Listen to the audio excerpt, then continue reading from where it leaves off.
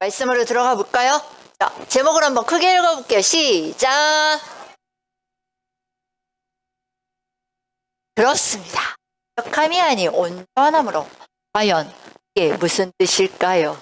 자, 여러분, 달리기, 경주를 했던 경험이 있어요? 없어요? 와우!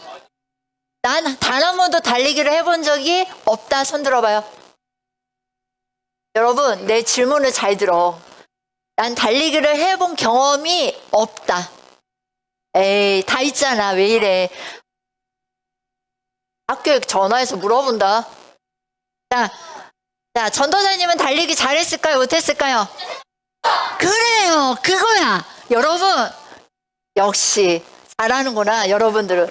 맞아요. 전도사님은 달리기는 못했는데 끝까지 달리려고 정말 숨이 차도록 달려본 적은 있어요. 그런데 왜 그랬을까? 어디를 향해서 달렸을까요? 그렇지. 결승점, 목표, 지점을 향해서 달렸겠죠. 끝도 없이 달리진 않았을 거예요. 그쵸? 그럼 우리 친구들, 그러면 운동선수들이 목표를 향해서 달려갈 때 이거를 많이 해요. 뭐라 그러지? 훈자예요. 훈. 그렇죠. 훈련을 많이 해요. 왜 할까요? 잘하기 위해서. 그렇죠. 오늘 본문 말씀을 읽어보면 아까도 읽어보았지만 이 내용은 바울 사도가 빌립보에 전도 여행을 다니면서 겪었던 이야기를 담겨 있어요.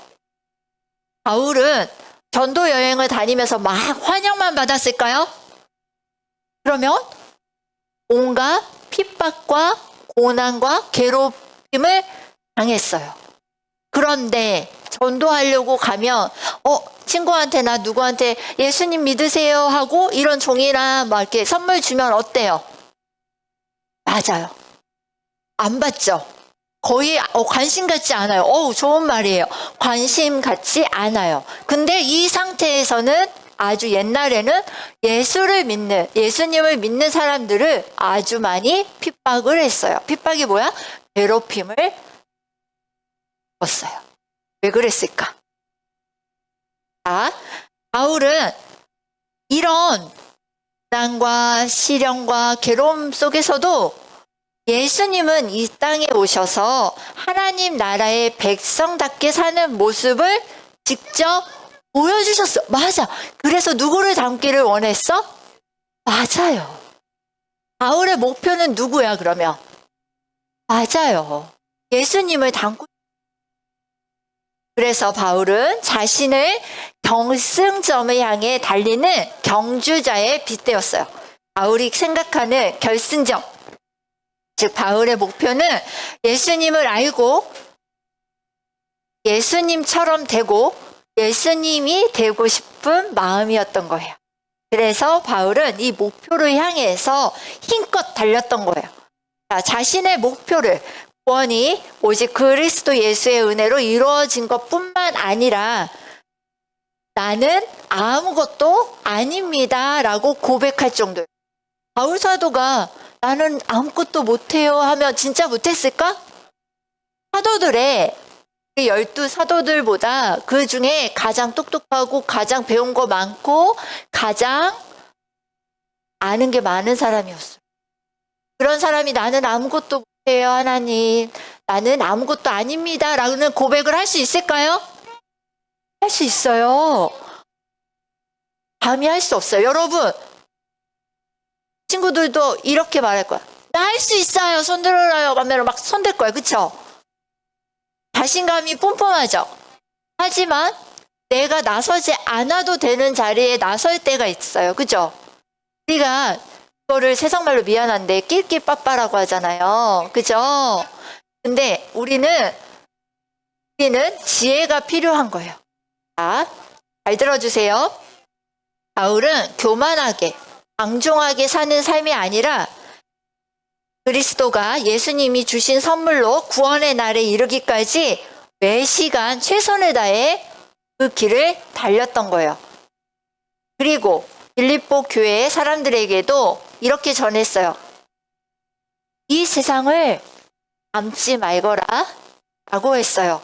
그리고 자기처럼 예수님을 닮아가라고 자신 있게 말했어요. 지금은 사탕을 풀지 않았으면 좋겠어요.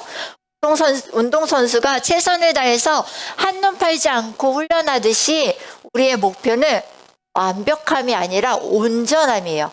이것만 봐도 우리는 어떤 일을 할 때 완벽해야 돼. 하나도 1분, 1초의 오차도 없이 이 일을 행해야 돼 라고 하지만 하나님은 완벽한 걸 원하실까요? 온전한 걸 원하실까요? 이 온전함이 뭐예요? 어떤 거예요? 예수님을 닮는 게 뭐예요? 여러분, 오늘 설교로 다 정리할 수 있는 답이에요. 온전하고 예수님을 닮는 삶이 뭐예요? 어떤 삶이에요? 거룩한 삶은 뭘까? 그럼?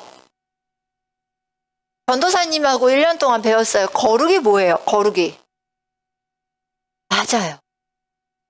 내가 아닌 다른 사람의 필요를 살펴보고 채워주는 거예요.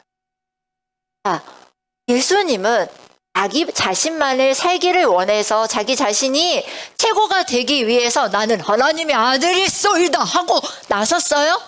아니에요. 자신은 가장 낮고 낮은 자리 어디서 태어나셨어요?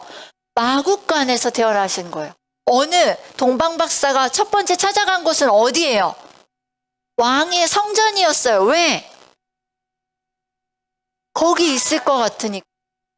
왕의 아들이 태어난다고 했으니까. 그런데 그곳에서 태어나셨어요? 아니에요. 여러분들이 영국도 있잖아요. 어디서 태어났어? 허름한 마구간에서 태어났잖아요. 그럼에도 불구하고 마구간에서 태어나셔서 나중에 막 자라고 어른이 돼서 사람들을 고치는데 내가 고쳐주었으니 나한테 잘하거라 그랬어요? 내가 너를 고쳐주었으니 내게 순종하거라 그랬어요? 아니요. 성경에 어디에도 그런 말씀 없어요. 여러분, 여기서 잘 들어야 돼요. 자, 포인트는 이거예요. 완벽함이 아닌 온전함이란 예수님을 닮는 삶인데, 예수님을 닮는 삶이란 거룩한 삶인데, 이 거룩한 삶은 바로 남의 필요가 무엇인지 살펴보고 주변을 바라봐 주는 거예요. 그리고 하나님의 눈으로 하나님을 경외하고 다른 사람들을 바라볼 수 있는 눈이에요. 내 눈에는 채워지지 않아요. 이곳에 서 있는 전도사님도 완벽하지 않기 때문에 전도사님을 볼 때 완벽하지 않다고 생각할 수 있어요. 달리기 못한다고 말할 수 있어요. 하지만 전도사님은 달리기 못해도 괜찮다고 자신 있게 이야기한 건 왜 그래요? 내 안에 예수님이 계시기 때문에 전도사님은 부족해도 괜찮아요. 맞아요. 우리 6학년이 이제 졸업해요. 여러분, 그쵸? 전도사님이 친구도 2학년 때 왔던 것 같아요. 그래서 여태까지 6학년 올라오면서 계속 지켜봤을 때 친구들한테 완벽하게 잘해라고 한 적은 없어요. 친구들한테 온전히 하나님을 섬기는 모습을 보여주길 바래라고 가르쳐 주고, 근데 이 친구들은 그걸 잘 순종해 주었고요. 바울 사도가 이 결승점을 달려가면서 오로지 누구의 상을 받기 위해서, 하나님께서 주시는 상을 받기 위해, 예수님께서 주시는 그 모습에 상을 받기 위해서 결승점에 힘껏 달리는 거예요. 이 세상에서 아무리 상장을 주고 트로피를 받고 엊그제도 연예대상에서 상을 받고 막 최우수 대상 받고 해도 아무 소용이 없다는 거예요. 그건 그냥 아주 나는 반짝 빛나는 잠깐의 속이에요. 영원한 만족을 위해서 사는 거예요. 어디서? 하나님을 비롯해서. 사람을 바라보면 안 돼요. 전도사님을 바라봐도 안 되고 목사님을 바라봐도 안 돼요. 하나님만을 바라보셔야 돼요. 여러분들, 가장 중요한 건요, 여러분들의 마음에 누가 있는지, 그 눈을 어디로 향하는지가 가장 중요한 거예요. 어디를 향하고 달리고 있는지를 한 번 더 생각하는 우리 삼형초등부 친구들이 되기를 간절히 바라요. 바울 사도는 예수님을 몰라서 망하게 될 사람들을 부러워하지 말라고 했어요. 우리가 어떤 친구들이 그래요. 나의 목표는 연예인이 되는 거야. 나의 목표는 아이돌이 되는 거야. 나의 목표는 주식을 해서 돈을 쌓는 거야. 라고 말하는 친구들이 대다수예요. 하지만 그 친구들을 본받지 않았으면 하는 마음인 거예요. 왜? 영원함은 어디에 있다? 하나님께만 있기 때문에.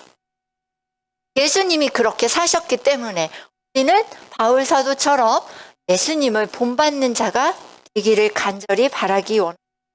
그리고 예수님을 따라 사는 게 때로는 힘들게 느껴져요. 그리고 포기하고 싶을 때도 많아요. 정말 진짜 하고 12번. 진짜 부모님은 더 그러실 거예요. 여러분들을 키우고 자라면서 가슴을 칠 때도 많고 가슴이 아플 때도 많으세요. 하지만 그걸 왜 다 인내하고 계실까요? 내 자녀를 사랑하기.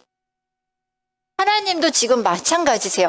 여러분들을 바라볼 때 올바른 길로 경주를 하기를 바라는데 자꾸 옆길로 새. 그러면 어떻게? 목사님을 통해, 전도사님을 통해, 또 성경 말씀을 통해, 선생님을 통해 올바른 길을 가라고 말씀해 주는 거예요.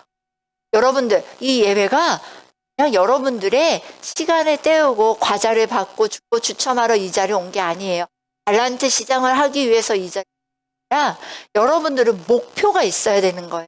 새롭게 되는 2024년에는 진정한 정말 찐 목표를 삼고 그 목표를 향해서 날마다 쌓아가는 사명초등부 친구들이 되길 간절히 소망합니다. 아멘.